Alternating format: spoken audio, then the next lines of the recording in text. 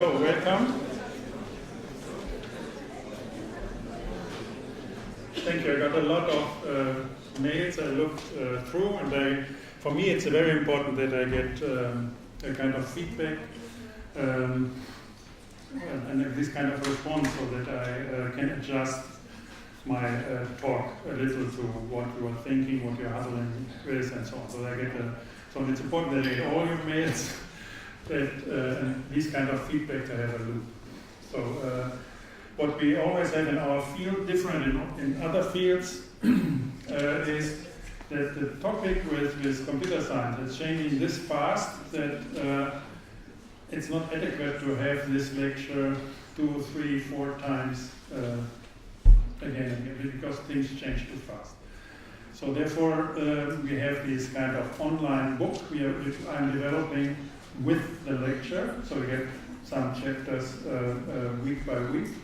So and I will update it with the next year and so on. So we keep that actual. So this is quite different in a setup to all the other subjects and fields you get educated in your study. So therefore, it's more fluent, it's more improvised, we need computer for that and so on, and I need your feedback. So that's one thing. The other is what I think it's good to get a profile of you as a person, of how you learn and so on, that with the questions, that will be 28 questions over these 2 years, you get a kind of diary, a blog, so it's a profile of your person concerning to our field. And I get an impression what you as a person are. So I want to answer the key question: what is all this about? Why should we learn that? And what is this? Has it to do with architecture? This is what we want to learn. So I will answer this again. So this is all wrong because I'm talking these crazy stories because there's no answer. So you have to start to trust these things, and today I will have a short, most strict argumentation why this is of interest, why it should be of interest for you. So, what I don't understand are questions, what format our question should be. You're an architect. Huh? And this is a no-go for an architect to ask, how should I present my ideas? This is your business. And this is what you have to learn. Engineers trying to fill a certain frame of conditions and then make it proper and they optimize these things and so on. This is not what we're doing as architects. So therefore, I refuse to tell you which kind of questions you should talk. It's your design. And if you want to get a design and architecture, this should not be a problem. Yeah? And they're going to have whatever questions you like, you can do it, but they should be smart. So therefore, I don't like questions.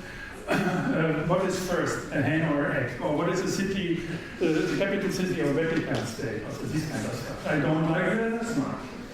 They're not smart enough. So, I don't care about the format. I care about if you send me a Word document or a mathematical document because I have to open it and so on, simply write a plain mail. But I don't care how you articulate it, how much text you use, whether you write poems or whatever, whether you send an answer or not. The only question is, it should be smart. This is why you're here. And this is why I always say, don't ask for answers, try to question. The whole story about being architect, about being at university is get smart questions. The answers are there, Google them. It's not a problem. That's it. So therefore I don't like the question, what questions should we ask? Or what format do you expect that you are happy? I'm only happy with smart answers. Let's start smart questions. Yeah? So, what is this always, I improvise a little. what has this to do with architecture? Why should we learn that?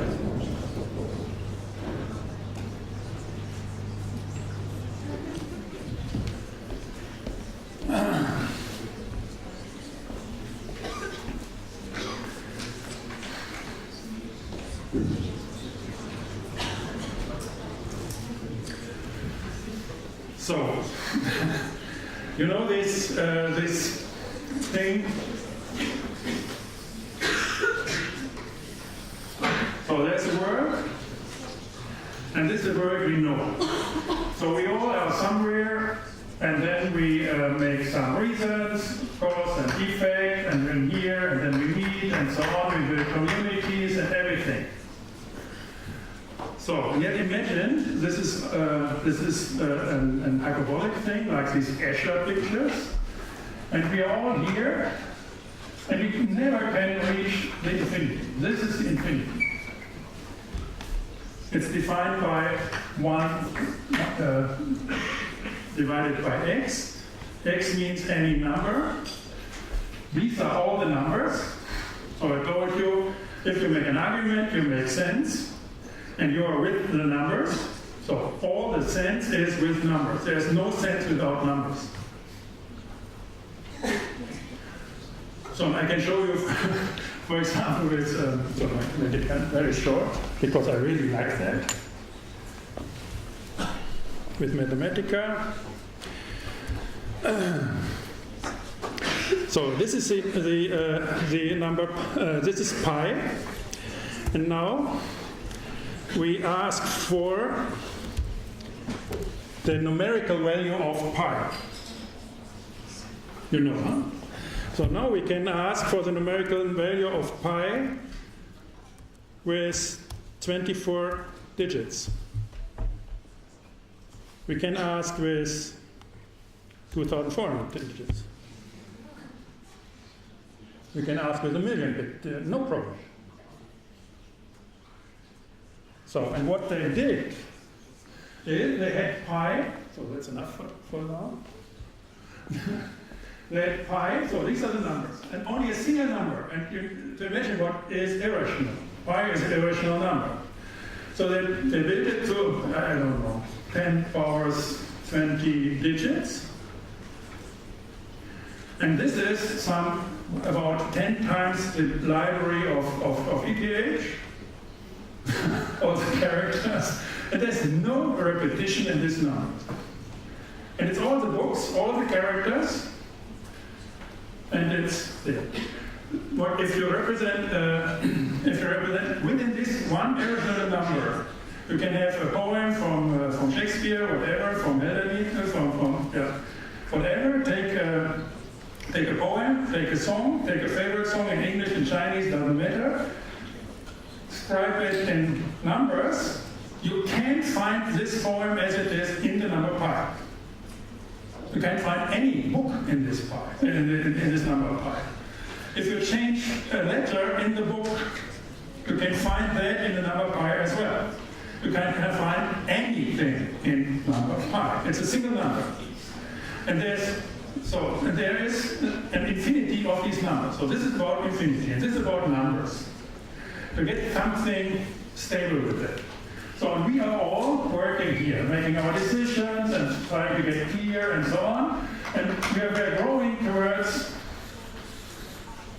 this infinity. So what we are doing with computers, and this is flatland. Huh? And we call it geocentric.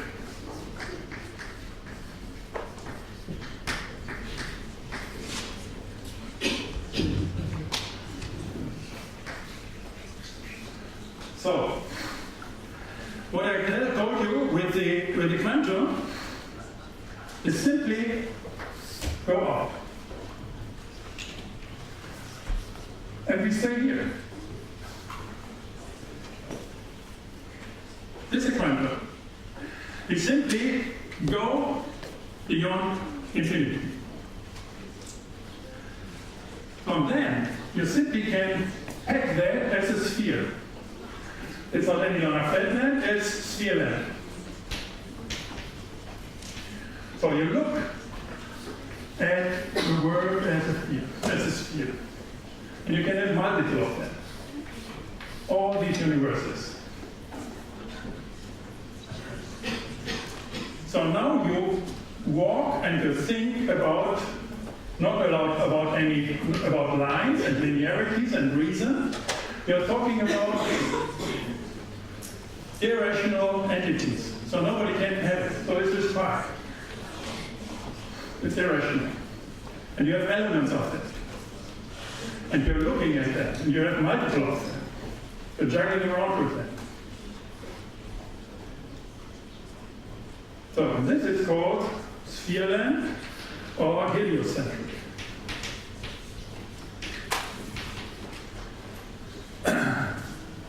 So this is exactly the same what we had in Renaissance. They stepped out of the old order of things. The principal source was not any longer flat, which I think it's a kind of rhetoric that they say it's geocentric. It's simply flat land. You're with lines and arguments and reasons. So here you have reasons. And here you have arguments. Well, let's say it's heliocentric, so everything is in circles and so on. We are in circle as well, which simply means we have irrational elements and we have to put them in constellation. So that's the thing we face. Our hypothesis is that since around 1880, we are here. So we will give you a lot of stories about it. And we are in Zurich, 1450. So therefore I always talk to you about Renaissance. So this is a hypothesis we follow. We think that the perspective drawing is a tool here, and we can learn from it because coding is this. So that's the hypothesis. 130 years, 40 years later than what do we face? With all social media, and now that's the question for you as a young architect. What do we face? The interesting thing is that social media, computers, the network and so on, they simply cover the whole thing. They give you any reason. This is what I told you in the first chapter. So the problem is, if you're stuck here and try to find a good reason for what you're doing, if you're stuck in flatland, you fight with machines. And that's not smart in 2017. So what we have in all the movies with Transformers, with all these war with the machines and taking over and so on, is just simply being said that the machines took over. So it's okay. So we have it, two messages. We have it for 140 years. We are struggling, so we see in politics, if machines take over, we see it everywhere. And we call it machine intelligence. And we have big data and machine intelligence. So, and they give you any reason you like. So now, we are struggling, we have all these movies and so on. We have these crazy politicians. We have the crazy marketing, so which makes any reason, crazy statistics, crisscross, everybody can make anything what you like, and so on. This is our situation. So I'm out of game, you are starting. So my hypothesis is, you can learn from these guys. If you ask what is here. But I'm talking in terms of hundreds and of centuries. So therefore you do a kind of digital archaeology on things. And if you look at our schedule, you will see how this works out. So I'm teaching you not using computers, as always your questions are. Why don't you tell us how this works? Yeah, because you're a robot if you know how. And you can't win. Of course you somehow have to know, but you get a robot. And it's faster than you, and you have to run. And you have to run faster and faster and faster. So the way out is think. And what we call is literacy. So you don't have to learn it as a tool, you have to learn it like writing, because this is what we are able to, what we learn here. It's a new writing. A tool for thinking on an adequate level outside of reason, making arguments outside of reason.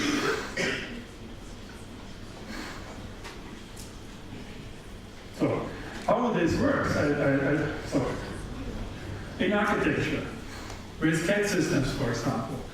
So my colleagues are, and especially these companies, are super proud, for example, that maybe you've heard it, building information models, and so on. And then they have in Paris this Louis Vuitton building, super crazy crisscross building, and so on. And they are happy to have 4 terabytes of data for one single building. And they say, wow, we are avant-garde, it's kind of gold mining in data, we have big data, and so on. So this is, in my understanding, pure stupidity. Because with the same building, with coding, I can do it in 1 megabyte and make any bet. So, if you make instructions on geometry, if you play this game, it's body work, it's athletic. And it's instructions what to do. And this is kind of silly to make instructions on how curves the beams and so on. It's nonsense. So what you have with, this is conventional CAD. If you go to code, you write a point. It's waiting. It's this. Not program. This is program.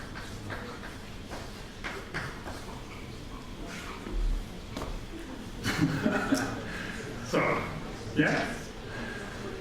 I want to show you how this works. And this is pure intellect. It's not craftsmanship in doing a lot of things. Yeah? This kind of story. I strongly believe that if you want to go an architect in the 21st century, it's this. So what this means, and you see it in the US and so on, you go less 0.5% in budget of a building. So if you have a 100 million building, you get 0.5% in the US for the design. No construction or nothing. So you can't live from that. This means you get greater tech because you have everything with the point. Here you have to run, to sit there with big groups of engineers and so on. Here, like these fancy guys there in Renaissance, you can sit there, you can talk, you can train a little with points and coding and so on. You learn how to do it, because not a lot to do to make this 10%. You have to know it. And you have to, if you get 10% of 100 million, so then you only have to sell 2 points in your lifetime. And this is 3 days writing each. So you have to work for 1 week productively to get all the money for your life.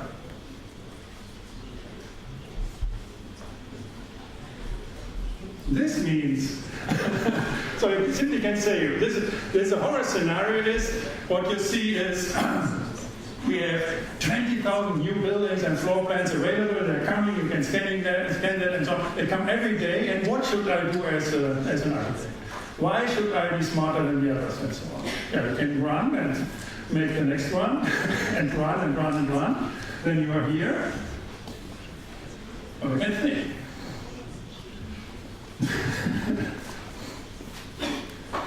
Then you are there. So running is this, athletic. Thinking is this. Heliocentric, geocentric. This is what I'm telling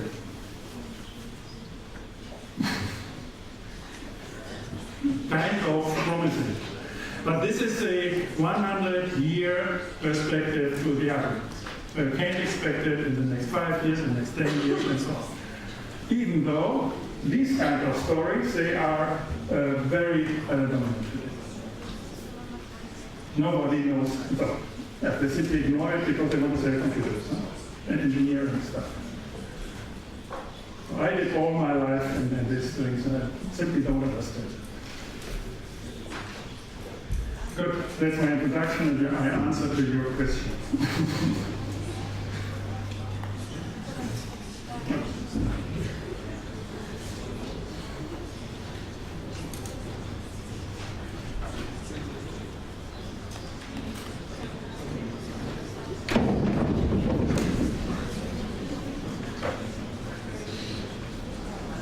Good.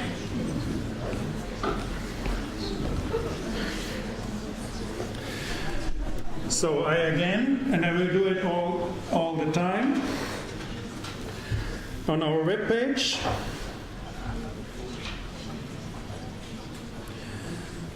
Got stuff for download. I'm explaining it the last time now. Why is it not there?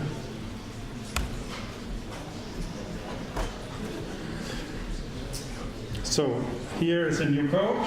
Download it. It's a zip file. Open the zip file. Put the whole content into the folder I sent you the first time. So this is the first folder. You can put it wherever you like on your disk. You can name it whatever you like on your disk. Put the content of that in there. Replace your old files with the new ones if they have the same name, and do the same again. And then you are up to date. And I will do it every week. Yeah. So that's it. So you always have to start fresh with this file, with start. Then it asks you whether it should evaluate, and you say yes, because these are the functions needed to run this stuff, the menus and so on. So you can look how it works. Even the exams are there. So you can look it up, but this has to run. Therefore, you have to run the code of that. If certain functions in Mathematica are blue, then these functions are not evaluated yet. Then you have to restart the whole system with this start and so on. That's an easy setup. Some of you have problems with starting up because instantly it breaks down. On Macintosh, it's that you can solve it by quitting Mathematica. Of course, you can start it. You simply press Alt and Shift, start Mathematica, and then he ignores all the preferences, all the errors. Somehow it crashes. It's not stable Mathematica. You always have to save your stuff. So, and it somehow gets in an unstable situation. And to delete all that, to make it fresh without these preferences, Alt, Shift, start Mathematica, start the document start, evaluate it, and you're fine. Yeah? Multiple of you have this problem, had these problems. So, now you get a fresh thing, and I want to make an easy setup this week, no extra questions for exams. We just make at the end of the second hour, we will make our exam. And now I I summarize things and add things we missed in the last 2 lectures. So, the first story I want to tell you is the folding of images. So, the key thing in all this stuff is, with computing, that everything is a number. Very important. So we are operating on a binary representation of numbers with processors. It doesn't matter whether we have which kind of system we have, which kind of number system and so on. For practical reasons, processors work with binary system, but everything is a number. So now I want to show you, to give an idea how to get an image to a number and back. So can you make the same with audio, you make the same with computer graphics, you make the same with whatever you like. Get it to a number, get it back. I would say and suggest this is folding. Unfolding to get it to the number, so this is generic. You destroy every sense, just O's and ones completely. And then you somehow have to remember how to fold it, how you unfolded it, to be able to fold it again. So it doesn't, by that, it's absolutely clear that, for example, you can have an image, get it to a number, and render it to a sound, a piece of music. No problem with that. Yeah, or make a black and white image and get color out of that. It's crazy colors. So I will show you how this works. It's very straightforward. So you always, because you can change and work in this document I gave you, but the moment you get to another page, it's deleted what you made. So it's just a reference of what you do. So make a new one for your work. And if you want to work, simply copy all this stuff here. For example, this is our image. The first photograph. You see here, this is blue, which means this is not defined yet. I evaluated this here by evaluate cell or shift return to get it black. And now if I ask what is image, evaluate cell, I get it. So this is a command to binarize it. Make it simpler and a smaller number. You can go here and you see different tools. Very simple thing. Now, this is how to get the binaries. So, image data of this image data, and then flatten it, and now I have a long line of more than 10,000 O's and ones, corresponding to the pixels black or white. So this is a binary representation of the bits in numbers.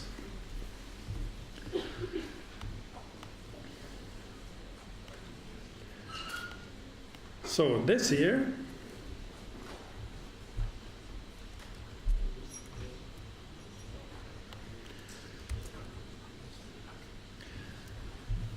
is get it to a string. Get rid of all the commas and so on. So now we have a binary representation. So it's a binary number with more than 10,000 digits. You've seen that with the number pi, no problem. This is another number. Yeah. And this is a decimal number of the image.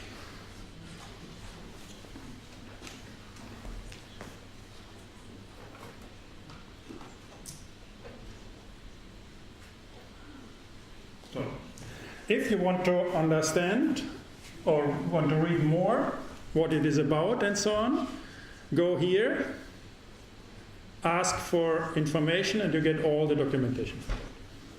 So it's everything what is there. So what I give you here is a storyline and an index to all the references to learn, to a lexicon. And in the lexicon you have 10,000 different functions and tens of thousands of pages of stuff. So it's impossible to find your path. Therefore I tell you these kind of stories, a storyline throughout this lexicon. If you're interested, want to read more, go there, look at short up, don't look too much, go back and follow the story. And after a certain time you get an understanding of the corpus. Don't try to understand it fully. It's not you can't do it. So, but it's important that you can put this a decimal number of the picture. And like everything, we can get it back to a picture. So if you have a certain number, you can make a picture out of it. So that's the way around. So with all the functions, it's important as well. If you have a certain function, for example, to get from binary to decimal, or from a number to a list of digits and these kind of things, you always can find the inverse of it. You never have to be afraid if you do something that you can't go back. This is a good orientation in this huge corpus of functions. You always have to look, you can say, if there's a certain function, there's something. Always like this. Keep that in mind. So now, do the same with grayscale. Image is still there. Ask for it.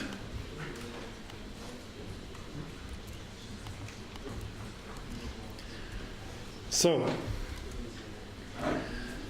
here we have the image data. We can ask for if we have a semicolon on the back, this means we don't want to have the content of it. We simply don't want to show it. Here it's not there, therefore we ask for the dimensions of data, and he says it's 90 by 120, 90 by 120 pixels. So no semicolon, therefore it's printed here. So, and now we get the 10th line of data. So these are the numbers of the 10th line of the page. It's a list of parts in decimal representation. So, now we can change the formats of this. This is decimal of a byte, so 8 O's and 1's in combinations. This is hexadecimal, base 16. This is binary.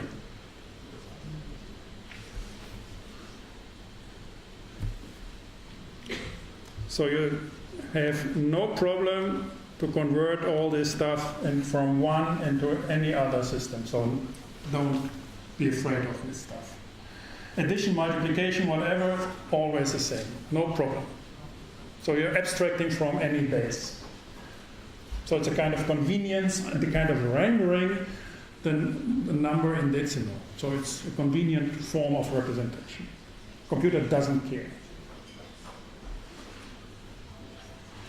Yeah? So there's no natural thing of writing 1363 and that it's it simply makes no sense in it. So it's a convention. The computer don't care. And it's a convention like rendering certain arrays of numbers to pictures. So you render it to certain numbers. So it simply don't care. So you can play a little around with that. So this is to get just the bits. And this is to get the number of line number 10 in grayscale.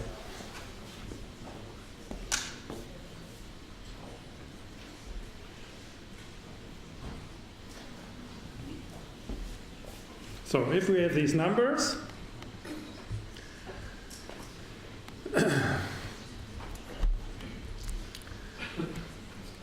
so now we flatten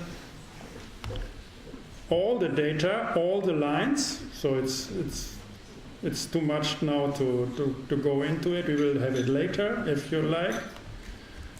So now we have a lot. And we can make a picture out of these things.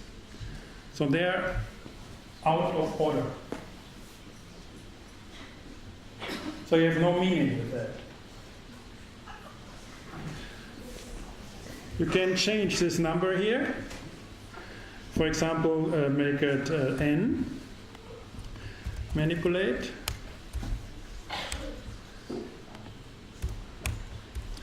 N, it should go from 100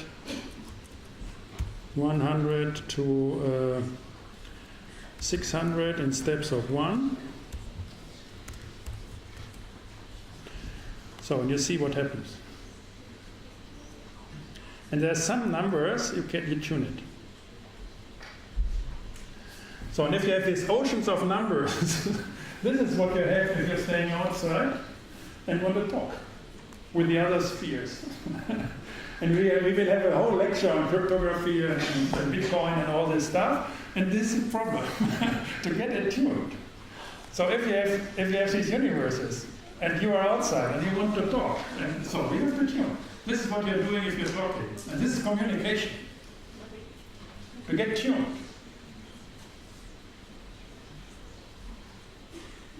Yeah? You have a technical view to that. The technical view is just on communication, if you read Shannon and so on, is just to get the picture from one mobile phone, transfer it, and be sure that it's the same on the other side. This is a technical view to communication. The philosophical view, the theoretical view on communication is, if you have that, how to get tuned. How to know that nobody is taking it, or how to appreciate nice tricks.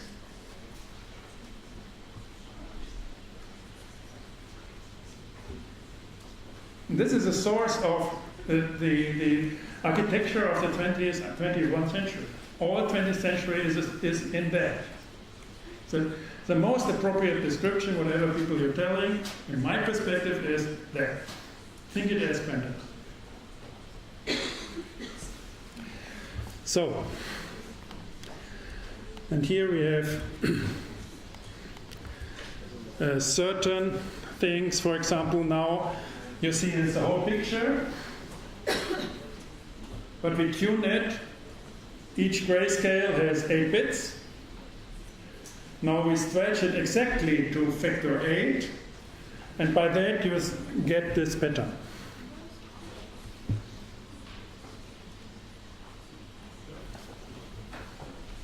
Good. Now we fold it to a grayscale. So this is what technical communication is doing. So we take all these pixels, and first we pack it into 8. So we have chunks of 8, a byte. So because grayscale pictures are processed like that, you have, for example, 8 bits per pixel, which means you have 256 different levels of gray. That's it. That's a convention. You put that back, each of these lists of numbers, you put that back to digits, to numbers, and we can make a picture out of that. And here we are.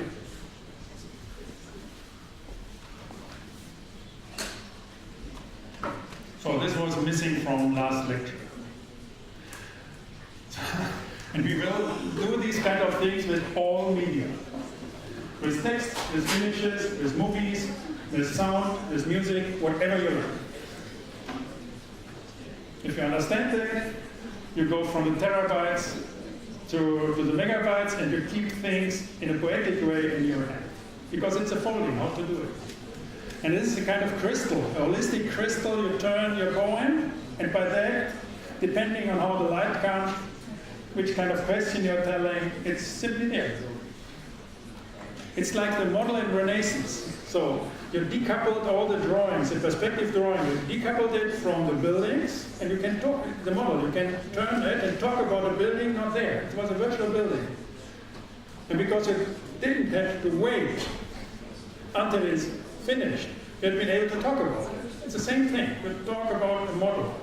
And you know, because of the perspective construction of proportions with the infinity and the infinity point and so on, that you can do it if it's there. And by then you can make fake models or super sophisticated models. Never been done before. That's a new architecture. It's a birth of a new architecture and a new world. Exactly the same challenge you want. Huge opportunity for you to develop these kind of things. Nobody knows how to do it. Good. This was missing from last time. And now I want to present, because somehow somebody, I think I got a feeling, and this we had not enough time, so what can I do with Mathematica? So it's seen working like in the first lecture, I did it working with it like with Word, or make a kind of web page of it and so on. Now I show you and make a parade of media. So you should go through there and play a little around and look in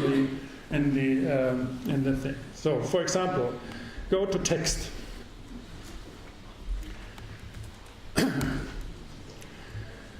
So if you want to look, I always organize it like that. If you want to look at in the documentation, go here and you see what you can do with text. There are guides, there are tutorials, and here are all the basic functions to do that and work with it. This is super confusing. So therefore, we will have a separate lecture on text, on images, on music, on cryptography, and so on. So we go in depth this semester. But to give you an understanding and a feeling that it's kind of cool, that everything is the same, because everything is just juggling around with these numbers in the calculus. I want to make a parade, like on Carnival, yeah? So it's coming, and then, or love parade, I don't know. So this, for example, there's a lot of sample data with Mathematicas to play around. For example, this is a book, The Origin of Species from Charles Darwin. This comes with Mathematica. So this is a book. You have to evaluate, copy it, shift, return, evaluate cell, then it gets black, and then you have the book. So now you can ask for the book 1, and then you see the book 1. You can make it, so I told you how to make the number of it, yeah, so it's the number, yeah? And it's a section within the number p, or pi. Of course. So, but now I want to show you what can be done with it. So, here for example, we simply say string length of book 1. And we have 900,000 characters. Yeah? So we can, for example, here, we can count the characters. So the characters of book 1, count them, sort them, and bring them in reverse order.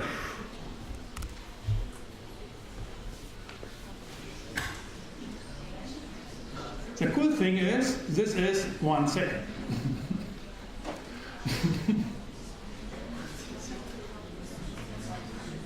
Next semester, I will totally tell you how to deal with 1,000 books on architectural theory. Because if one book is counting words, counting characters, and so on, is below 1 second, 1,000 is below 1,000 seconds. So which is a quarter of an hour. Not bad.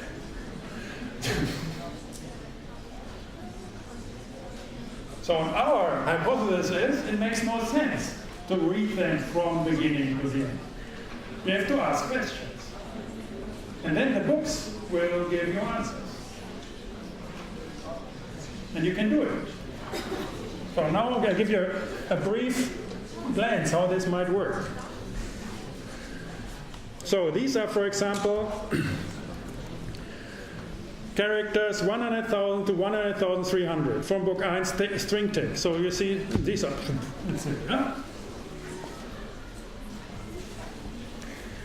This here.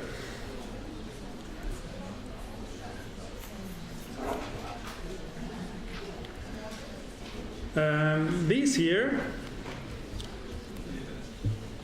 are the positions of the word nature in this book. Again, yeah? See, this is a book of 1 million characters. And we can do a timing. Look at this. Timing.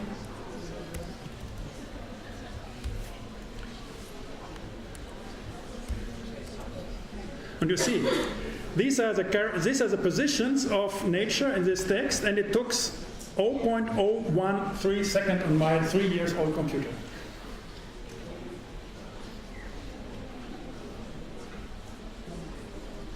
That's cool. Very cool. Because you can do a lot of that. And you start to understand, reading a book from the beginning to the end, and it takes, in serious books, it takes years. It's a kind of silly approach. You have to do it differently. So you will learn that with my other colleagues. I show you the alternative way of dealing with the library, not with books. And with the books as persons. So I can talk to you. Imagine you as this irrational sphere. All of you person. So I can talk to you. I don't know you. I don't need to know you in precise to be able to talk to you, or to get friends, or dislike you, or so on. It's very fast. And you do it with books the same. Have a library of 10,000 books, and you get friends. You position them and so on to use these tools how you like, and where to ask, asking questions, and then look at a certain position. This is how to work with text. That you're not dependent, that's very important, not dependent on Google in doing these things. Measuring you and suggesting you, like Amazon, what to do next. You simply can do it. It's 0.01 second. And you see that this code is not strange. So one can learn it. So put all this into a line. So these are the first 6 appearances of nature, plus minus 20 characters, and put them into a column. Make it with 30, do it with 12.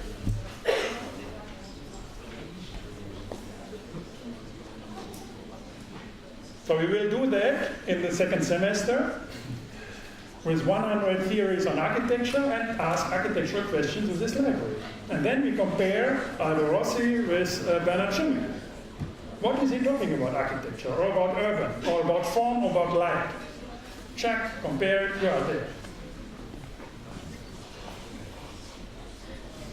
Okay, good. Next, Wikipedia. Aldo Rossi.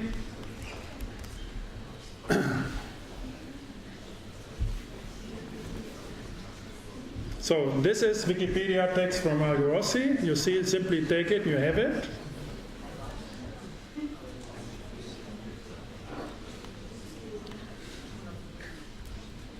Yeah, okay. Look it up. This is not the. So now words.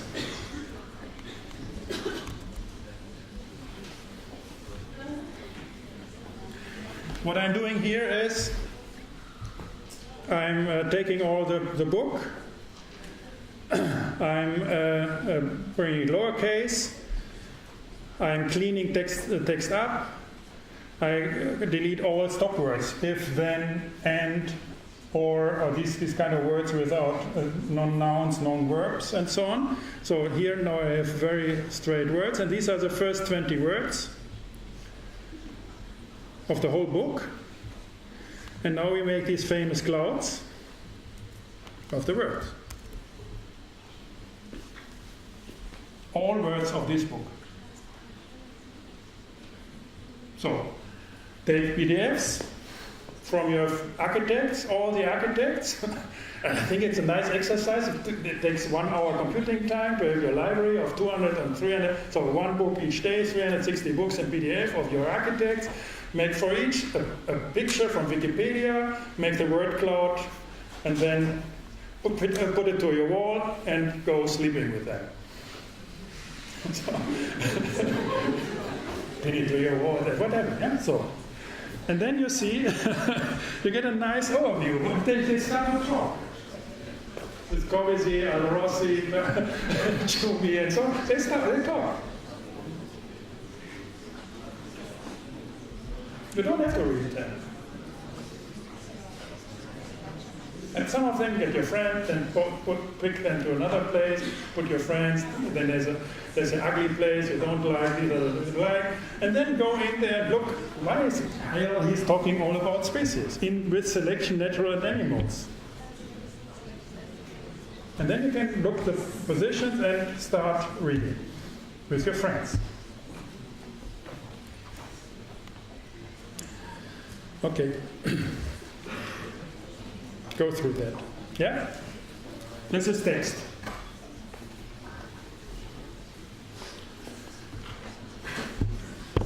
I suggest having 10 minutes break. 10. We are short in time. So I continue with at 3:55. Yeah? Okay.